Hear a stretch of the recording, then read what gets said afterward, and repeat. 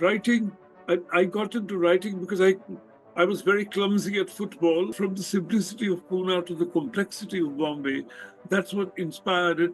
And so I started telling stories about this transition. Our listeners, one can say that the conceit is that the characters in the stories write their versions of it, telling me that what I've got in the story is wrong. I was a pacifist, a Marxist, a socialist, if you like.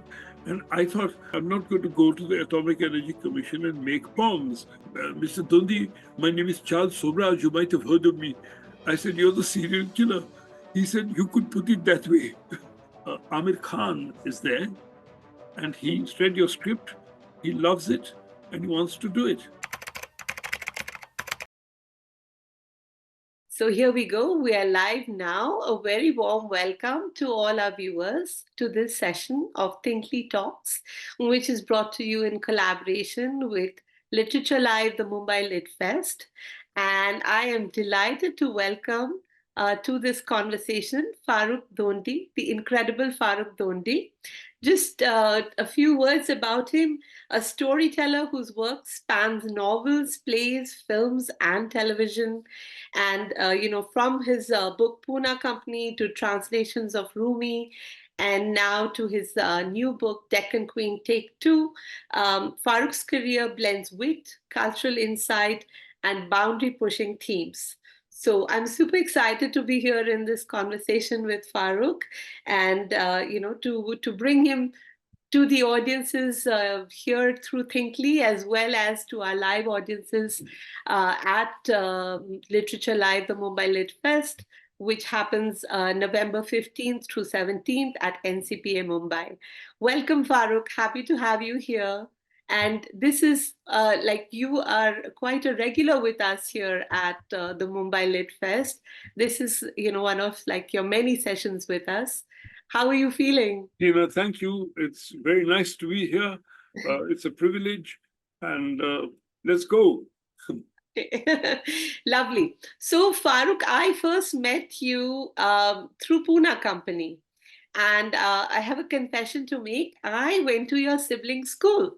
I studied at St. Mary's. Oh, wow. Right. So I remember I was in college when I came across Puna Company, and I was so excited to read a book about Puna. I when I was in college, I met people from many places, but there were very few from Puna, and it was just like a thrill for me to have this book to sort of refer back to and to indulge in like my nostalgia. So it's just lovely. I would love to chat with you a little bit about your days at Bishop's, and I do want to know: did you ever try peeking over that wall at the school at St. Mary's across the wall? What was that like, being in school at Bishop's and Right. all of those fun days? Tina, you're much too kind. I didn't have very much contact with St. Mary's, except that once the main story was that a friend of mine in a class was in love with a girl across the wall and said to, you have a way of communicating notes to St. Mary's. And one Right. couldn't go across the wall because, you'd get caught by the teachers. So it had to be in a circuitous route. So I had a contact who went to St. Mary's and said, can you give this note to this such and such girl? And of course, this entire circuitous love triangle or love quadrangle was discovered by the teachers. And I got caned mercilessly on the stage for it, for Oh. passing notes from this innocent Anglo-Indian friend of mine to his lover across the wall. It was, and the wall was enforced as though it was the Berlin Wall between East and West Germany. It was rather severe. Right. I remember that's pretty much how it felt. Really, but in my But time, it must have been much more severe than in yours. we were just banned from walking anywhere near the wall. Of course, of course. But so the note writing, did you do the note writing, or did your friend do the writing and you were doing the passing? Uh, Writing, I got into writing because I was very clumsy at football. Ah, I would fall over my hockey. And of course, I would dodge the nets at cricket. If the ball came towards me, I'd move aside instead of hitting it. And I wasn't good. Used to get knocked out at boxing. And so, not being good at sport, which was the main thing about bishops, I thought Right. I'd like to impress people in some other way. I saw maybe telling stories or taking to writing was a way out, and escape uh, for my inadequate personality. Not at all. I think that That's how it your started. writing has It's clearly true. impressed many people, but I'm sure there were many talents, and this Yeah, is one of the few. And all your talents have come out plentifully in the ensuing years after that. it's very Um, kind of you to say so, but it's not true. So, since you've written this book, Deccan Queen, Yes. and we have a lovely conversation coming up. We have Tales from Two Cities that you're going to be in conversation with Marzban Shroff And and Fiona, Fiona Fernandez. Yes, absolutely. of course. So, tell me a little bit about this book. What made you write about the Deccan Queen, the iconic Deccan Queen, of course? Yeah. See, This one thinks about what book to write next. How does it come? And in the subconscious, always there are memories or stories of Pune and of Bombay. And my life was in both these cities because I was born and brought up in Pune. I went to school and went to college because I lived in my mother's house and my maternal grandfather's house in Pune. But my father's family is very much from Bombay, right? Ah, So right. my dad and the whole dynasty was from Bombay. Now I used to go to Bombay to my cousin's house, to my grand in my infanthood, I used to go to my grandfather's house. But later on, my cousins, whose father was in the army, in the navy, in Colaba and so on, I used to go and stay at their place. And so the two cities were a magnificent contrast because Pune was Right. a very quiet place. And then you Yeah. took the Deccan Queen and you went to Bombay, which was a bursting metropolis, right? Right. And so turning up in Bombay was like, I suppose, it was like going from some innocent rabbit's hole into Alice in Wonderland and the King Right. and Queen and people playing what do they play, rackets or whatever in Alice in Wonderland. So it was like a fascinating place and quite a complex place to be in. So from the simplicity of Pune to the complexity of Bombay, that's what inspired it. And so I started telling stories about this transition and Mhm. about Pune and of course about Bombay. And then it occurred to me that uh, I shouldn't just be local and contemporary. I could be historical also. So I wrote Mm. about Yeah. how imaginatively, fictionally, about how the Deccan Queen originated and, who worked on the Deccan Queen, and possibly about an English girl in Bombay uh, in the days of the Raj and so forth. And there is a conceit to the book, Yes. which I don't think I should expose today. Yeah. In We case, leave that for the and we'll session. leave that to the Absolutely. actual Yes. session. Uh, Let us leave something because exciting for the viewers to Fiona come back wrote to me to life. quite a Yeah. tricky question, and I didn't answer it then, but I will answer it tomorrow on the 16th in the Absolutely. session because Indeed. it's a quirky We'll book. put it It has there. there's a conceit to it, yeah, I know. So and the take two, I think, is the revealing part of it. yeah. So I'll hold on to the take two. So I I have can, a couple of I questions. think for our listeners, one can say that the conceit is that the characters in the stories write their versions of it, telling me that um, what I've got in the story is wrong or Right. something else. They add to the story in their own way, the characters within it or characters to whom we allude, right? I think it's such a novel and lovely idea, Farrukh. I'm excited about it and I'm dying to read the book myself. So I'll be there at your session, in fact, and I'll be looking for the revelations then. Okay, But speaking of a take two and looking at nostalgia, Pune has changed now so much. Like, do you still take the Deccan Queen, by I've the way? noticed, yes. Right. So is it, I think it's no longer the coming from the simple, quiet, sleepy town, going to the big metropolis. Pune itself is such a different place now. Certainly. Yes. Yes. Right.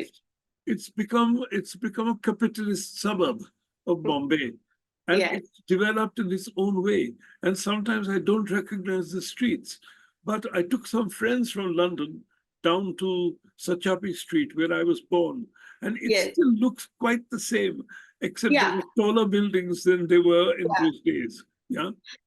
I tell everybody, everyone says Pune has changed so much. And I tell them the old places are still all there, and then everything else around it has changed. So it's No, it's the just this suburbs have interesting changed. contrast. You know, it's expanded.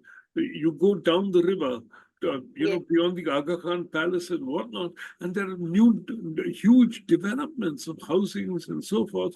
Now my yes, cousins live there, right? yeah, I never. We used to venture there for picnics. Today it's right. part of the town. So we used to Indeed. go there and spend the day there because that was the countryside. So, but yes, of course, Pune has changed. Absolutely. Yeah. So, and then taking off from like the journey, the metaphor of the journey, and that Deccan Queen alludes to, I'd love to know a little bit about your student days in Cambridge. I think there's a lot of the seeds for your future life was sown right there. The activism, the passion for media itself, shifting from like quantum physics to English. Tell me a little bit about that. Okay. What happens in Cambridge is you do something called the tripos, which Mhm. means 3 years. That's why tripos. Yeah. In natural sciences, if you do quantum physics, Mhm. your second year, your part one is counted as a degree, and then Right, in your third year, you can do any damn thing you like, right? So right. I did a degree in quantum physics. I didn't Hmm. do terribly well, but I got a note. I got a note from Yeah, the Atomic Energy Commission of India, yeah, at I the end of got that, that. saying, Yeah, "Congratulations, Farrukh Dhondy. Will you come and work for us?" Now, at the time, Indira Gandhi was building a nuclear bomb. right. I was a pacifist, a Marxist, a socialist, if you like. And I thought, no, I am not going to do that. I'm not going to go to the Atomic Energy Commission and make bombs. I don't want to, participate in that kind of stuff.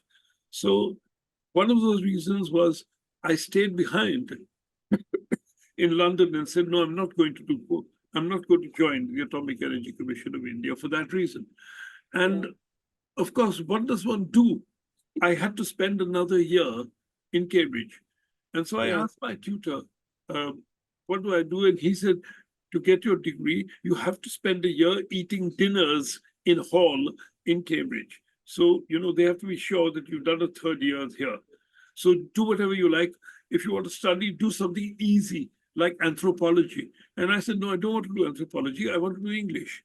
And so he said, no, they won't take you to part two English, right? Because I said, we'll go and try to ask the faculty. So he contacted the faculty and they said, okay, if you stay behind in your holidays 4 months and do an extra term and catch up, and then you do an exam at the end, we'll see if you're any good. So in that extra term, I had to do, catch up on Milton and Chaucer and the history of the English language and blah, blah. And so I did my final year in English. And then, That's of course, with quantum physics, I, I had nowhere to go. Who can get a job with quantum physics, for God's sake, right? I suppose I could get back to India and teach, but there was another reason I couldn't come back to India because I had eloped with Lieutenant General Sen's daughter, and her mother and father weren't very pleased about that. And so, going to India was a bit difficult. So I stayed I stayed in London and started walking dogs, washing dishes, and then started writing articles, you know. yeah, And yeah. luckily, some guy picked up one of my articles and said, um, it's lovely to read your articles, and do you want to study anything further? And he happened to be a professor at Leicester University.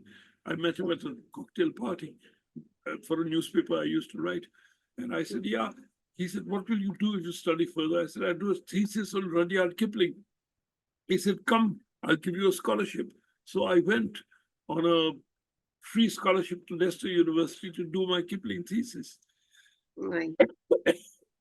Sorry. That's no problem. That's quite a journey. That's quite a transition and quite a journey. Yeah, and in Leicester, that's where I joined the Indian Workers Association. I mean, of course, I had my radical thoughts, but I'd never been Right. in an organization. But we Right. used to go to a pub. My then partner and I, Mala Sen, Uh-huh. no The longer general's daughter. a writer.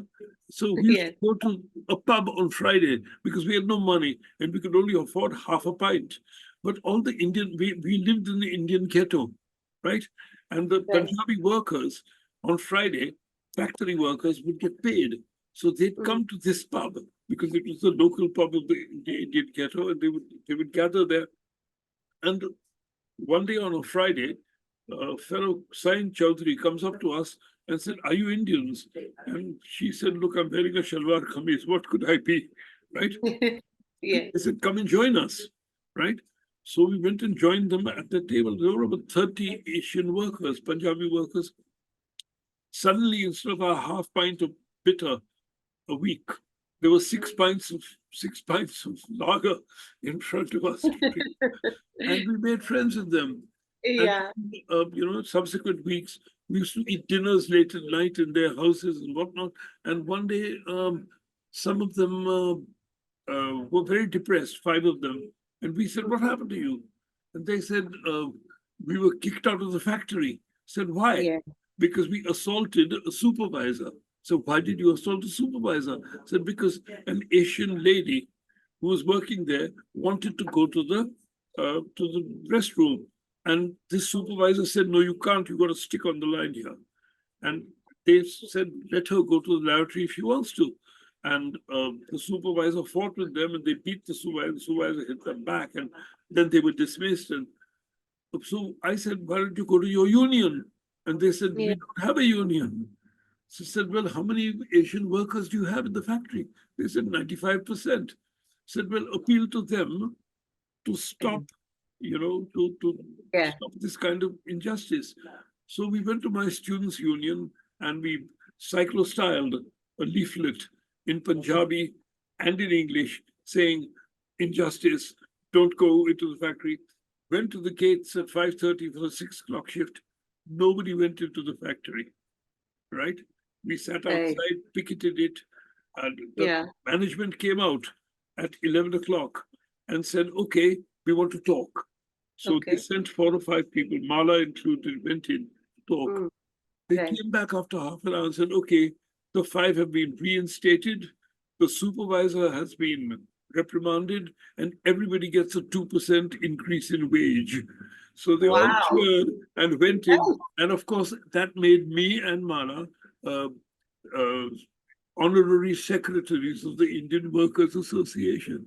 And from then, the activism carried on. Yeah, that's That's how it where began. it began. Yeah. The journey, and it's continued. I mean, you've, I think, been able to, through your career, through the work you've done later, with the British Black Panthers and all, been able If to shift anybody, the needle so much.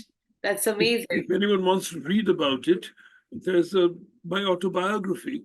It's Yes, called Fragments Against My Ruin. And right. it's published in India by Western, so Yeah, it's easy to get. absolutely. So, yeah, I'm speaking about students, like one thing I saw that you also have a session this time at the Little Festival. But yes, Yeah, and that, like, it looks like it's going to be such a fun session, right? I think it's called I'm so Inventing looking forward to it. Characters. Yes. Yes, and you're doing it with uh, young 12-year-old, rather a book lover, a rather assured young lady called Ava Davar, I think. Ava Dawar, yes, Yes. she through her aunt wrote to me saying she didn't write the aunt said she's scared of you. I said, of course she should be scared of me. I'm a monster, right? And but She's going to really, meet she you. can. I'm not scared of questions. She can ask me what the hell she likes, right? And of course, I'll answer as best I can. And I'm sure her questions will be extremely sharp and leading, and I hope I can answer them in an entertaining way. Yeah. I think it'll be a really interesting session. Um, I did attend a workshop that you conducted for us once previously, Farrukh, and I was there for that. So I can attest to how much fun you're in a session. Um, I'm but looking so forward to it. Yeah. yeah, I think it'll be a very Because exciting. it's called Where Do Characters Come From? I Yes. haven't formulated anything to say, but on the 16th, I'm sure when her questions come, I'll know what to say. Let's see. So are there any interesting characters that you met on your many travels up and down the Deccan Queen? Can you tell us about one or two really funny characters that you might have met? My dear, funny, I don't know, but I've been in my short and happy life, I've been acquainted with all sorts of people, such as V.S. Naipaul, Yes, right? of course. You were here V.S. with him for the Yeah, festival. V.S. Naipaul, I first encountered V.S. Naipaul in his book, An Area of Darkness, because I Hmm. was in Wadia College in Pune, and the Right. book came out, and everybody, including my friend Nissim Ezekiel and people at the time, said he's doing dirt on India. But when I read the book, I said, Mhm.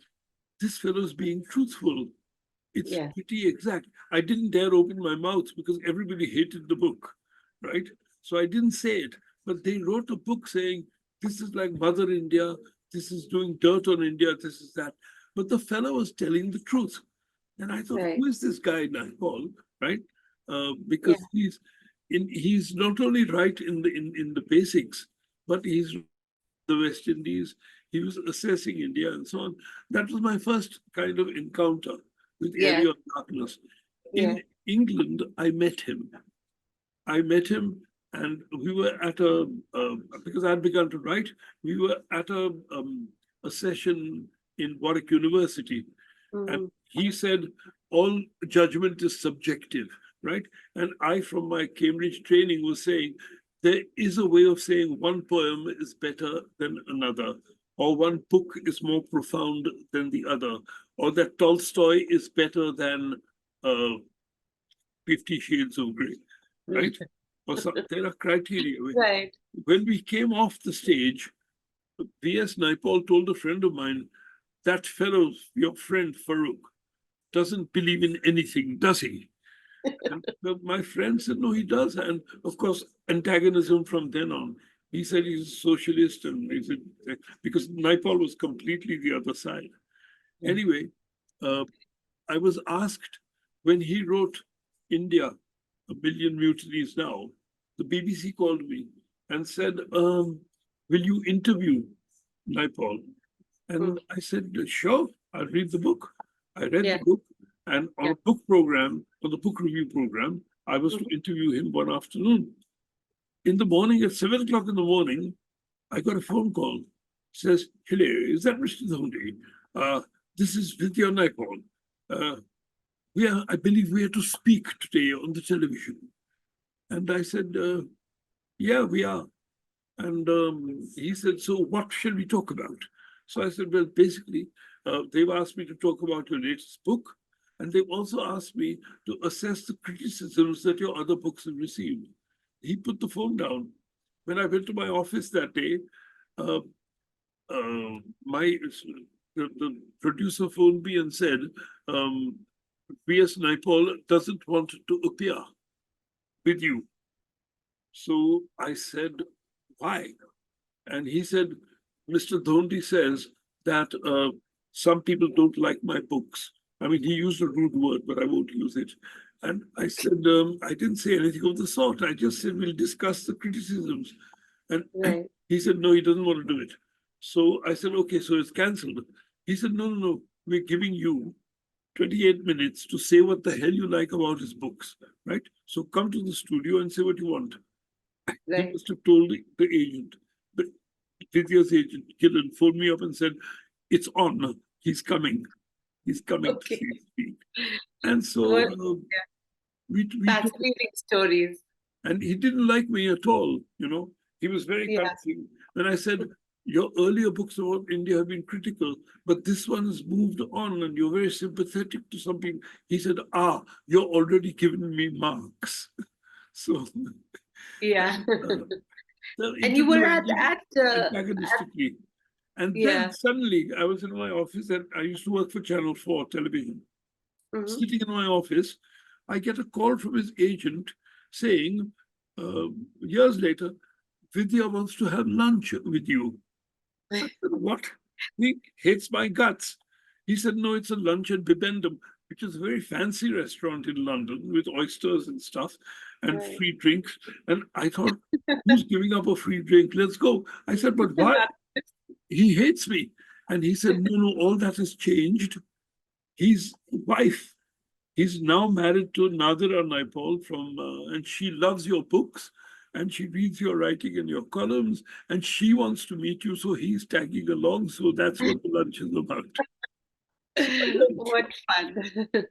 Yeah. Such So interesting that's, people, and we interesting made, I told him a story about Jamaica then, and he began to laugh. And from then we were that kind of friends, very close together. But I've Oh, known all sorts of other people. You asked me the odd people I've met. yes. The one The person who called interesting me up people. at my office was Uh, the serial killer, Charles Sobraj. Right? right. You've I've, written I've about him. described that in my autobiography also. Yes. I've also written a book called Yes. Hawk and Hyena, which is Mm, about his interaction with me. He came to right. me, and I mean, when my secretary put him through, she said, uh, Dolly, there's a fella called Charles Sobraj. I don't know what he wants because he won't fucking tell me what he eats, right? So I said, put him through, Charles Sobraj. Wow. So he comes on the phone and he says, Mr. Dhondy, my name is Charles Sobraj. You might have heard of me. I said, you're the serial killer. He said, you could put it that way. So I said, Yeah. what do you want with What me? other way can we put it? Yeah. So at first he said he's written his memoirs. And he said, my cousin Raj Advani was in college with you in Pune. So I Mm, said, Raj Advani, yeah, I remember him.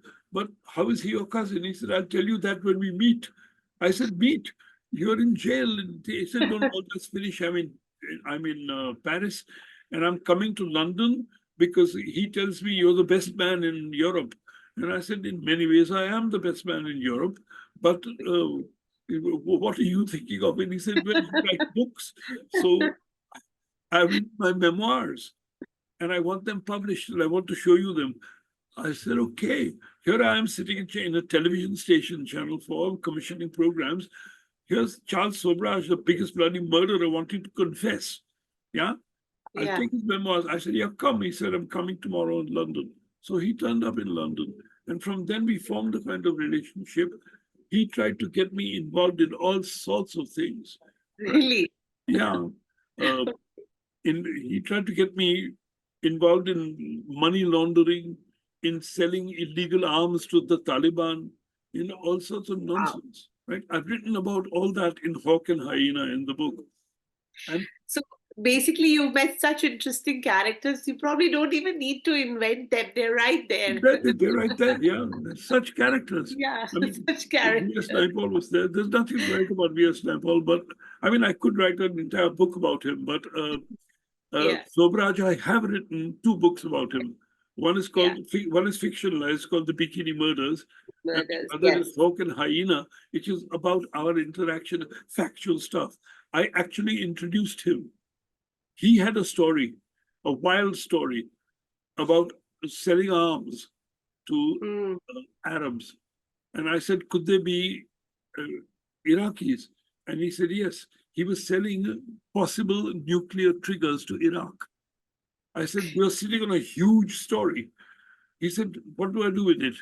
I said, come across. I'll introduce you to some newspapers. And, it's the biggest story in the world. If Saddam Hussein was buying nuclear, then Bush and Blair were right.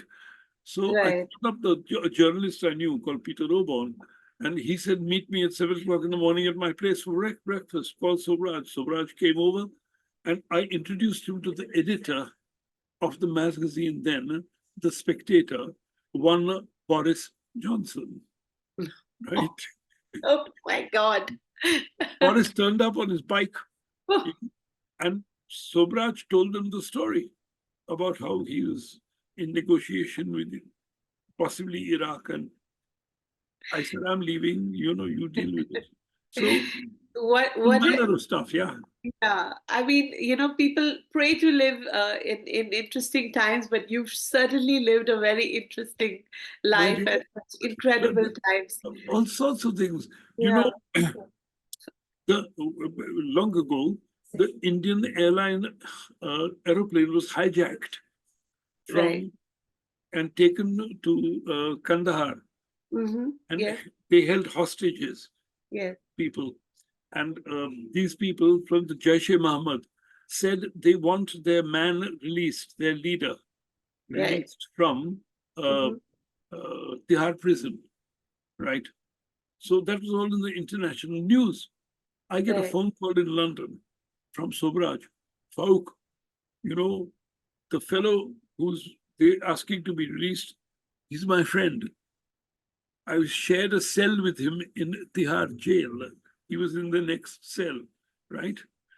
And Wow. I can get the hostages released. Do you know anybody in the government? And I didn't know anybody in the government, but I knew Ashok Jaitley because he was a friend of mine from college and that. So I called Ashok. He was a civil servant, right? Right, So I right, called Ashok's senior civil servant and said, can you introduce Sobraj? He can get the hostages. So he introduced him to the foreign minister at the time, right? BJP right, foreign minister. They didn't want to talk to Sobra or didn't want to acknowledge publicly that they were talking to a serial killer. But I right. believe he had something to do with the release of the hostages. He talked to the leader and got them released. So Okay. quite So, interesting. Farooq, we have also a lot of questions coming in from our live audience. So, let me also bring them into this Okay, conversation a little bit. Thank you for that, though. Those were such fascinating wonderful. Okay. stories. And what a So life you've had. you're getting some comments and questions? Yes, so I'm going to read them out for you. Um, and this comes back to what you said a little earlier when you were talking about VS Naipaul. Yeah. Somebody asks, Farooq sir, out of all your work, which project do you hold closest to your heart and why? And you said that it is possible to pick one uh, piece of poem or a work. So let's hear it from you. Which is your favorite work? Which is closest to your heart? Of my own. Yes, That is extremely difficult, you know. It's like asking you who is your favorite child I or know. who is your favorite grandchild. And even if I think it in my mind, I'm not going to say, right? Okay. Because the books will get insulted. So But shall we just I think shall we just say your current favorite is Deccan Queen Take Two? Deccan Queen is the current one, right? Yes, But I mean, what I'm very proud of are yes, my films like Bandit Queen, right? yes, yes, Um, absolutely. I'm very proud of Bandit Queen. I'm proud of writing Mangal Pandey, right? Mhm. Yeah. Uh, In so fact, somebody else asks, can you share some memorable moments from the making of Mangal Pandey, The Rising? We would love to hear about that too. about the making of Mangal Pandey, Yeah, any memorable moments from there? do you want to know the truth? Sure. Okay. So Yeah. what happened was, uh, I was in Bombay once and living in Mirabag, and Ketan Mehta, friend of mine, rings me up and says, I want you to write a film about the Indian mutiny, right? And I'm going to send you a synopsis. Okay. So he sends me a 10-page synopsis. I read it and I call him back and I said, Ketan, this is not one film, this is 11 films, you know, because you start at one side and you go through the entire Indian mutiny and the whole story and whatnot. You can't do this in one film. It can't be done. He said, what do you suggest? I said, separate it. Start it with Mangal Pandey. He said, why don't you write it? I Mm. said, what, me write it? I'm going back to England. He said, come on, man, I'll give you 2,000 pounds. So I started, I said, okay, I'll stay behind and I'll write it. So I stayed behind. wrote for a few days, wrote the whole script, delivered it to Ketan. Right. Ketan and his wife looked at it and they said, "This is fantastic. We're not giving you £2,000, we're giving you £5,000. Okay, great. Fantastic." Took the money, went home. Forgot about it. Right? 6 months later, I get a phone call in London. "Farrukh, what are you doing tomorrow morning for breakfast?" I said, "Eating breakfast, I suppose." He said, "Can you come to the Dorchester Hotel?" I said, "Why?" He said, "Because Amir Khan is there and he's read your script, he loves it, and he wants to do it." I said, "Wow, Wow. no, great." I went to breakfast. Amir Khan said, "Yeah, like your script, going to do it." Stepped out, said to Ketan, "What does this mean?"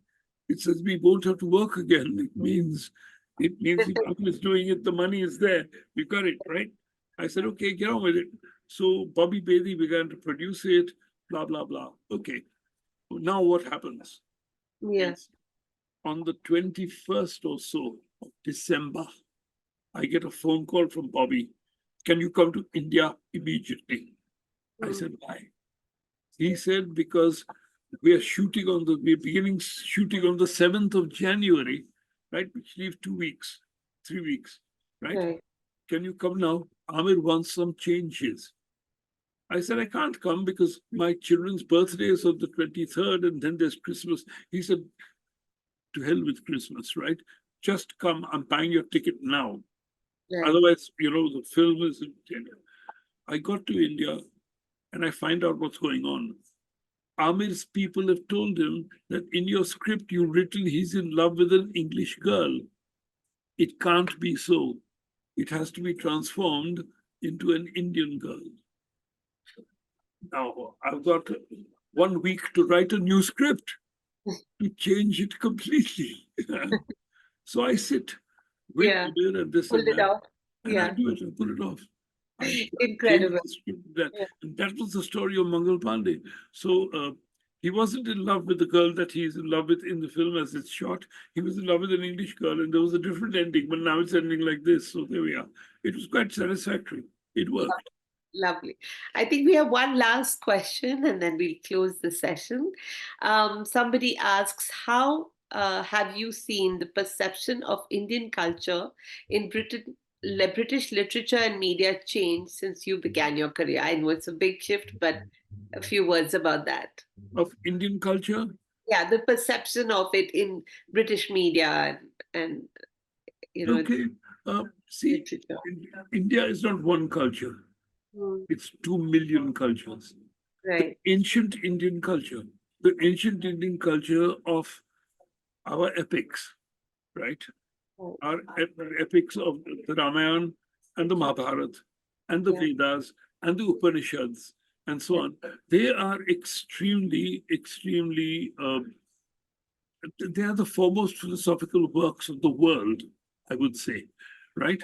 The British are beginning to realize that only now, because after colonialism, they didn't quite realize, except some of their scholars, right, were instrumental in bringing the Indian epics and so on forward into translation into modern culture. Yeah. So, Accessible. like William Jones, for instance, right? Right. He did the translations and so on, and it has brought it to consciousness.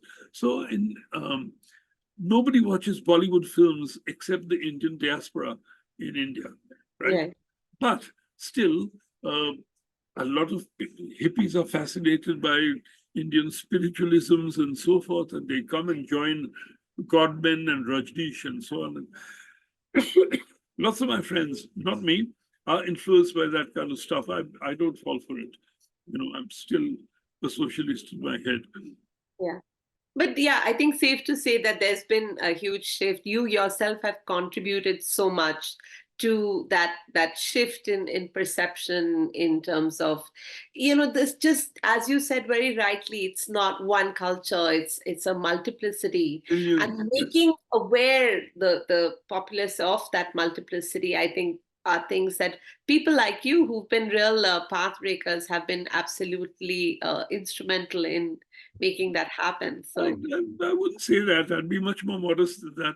no, I would. What I did was I did write about the Indian immigrants that came to Britain. I wrote Yes, about their young people, and my first four books were yes, about uh, blacks and Asians being in Britain and what they were doing and their culture and so on. And even in my television writing, I yes, wrote uh, two sitcoms about blacks, about yes. West Indians, and one called Tandoori That's Nights. nice. Yeah, Tandoori Nights with I uh, love that. with Said Yeah. Jaffrey Yes, I love in that the show. role, Yes, So it is about two restaurants, and of course they made quite a difference. And then yes, we ran a soap opera called Family Pride with Zia Mohyeddin and so on. It was also set in the Asian community, so one had things to do with contemporary culture. And yes, of course, the other thing that I worked at as a commissioning editor was to introduce Indian classical music and Qawwali, right? We call Nusrat Fateh Ali Khan to do it. right. Now, Yes. it's not Indian culture. It is, Qawwali is also Indian culture, I would say. Salvation. Yeah. Even though they are Pakistanis, the, Yeah. the, the stars, I mean, for God's sake, you know, Islam, Sufi Islam was Yes. flourished in India for years. Yes. That's who it was. It wasn't Saudi Islam, it was Sufi Islam. Yeah. It's part of our cultural And heritage. of course, and Qawwali takes from Kabir and Mira and Indeed. Sasu ki mala pe Yeah. Singlu mein pika naam. I mean that's Mira. It's nothing to Yeah. do with Yeah. Islam. And it has deep connections to sort of like grassroots movements, Of bhakti course, movements, of and things. course, of course. Yeah. Lovely. This has been such a lovely conversation, Farrukh. I've Thank really you. enjoyed it. Freewheeling chat. Now I'm looking forward to meeting you at the LitFest.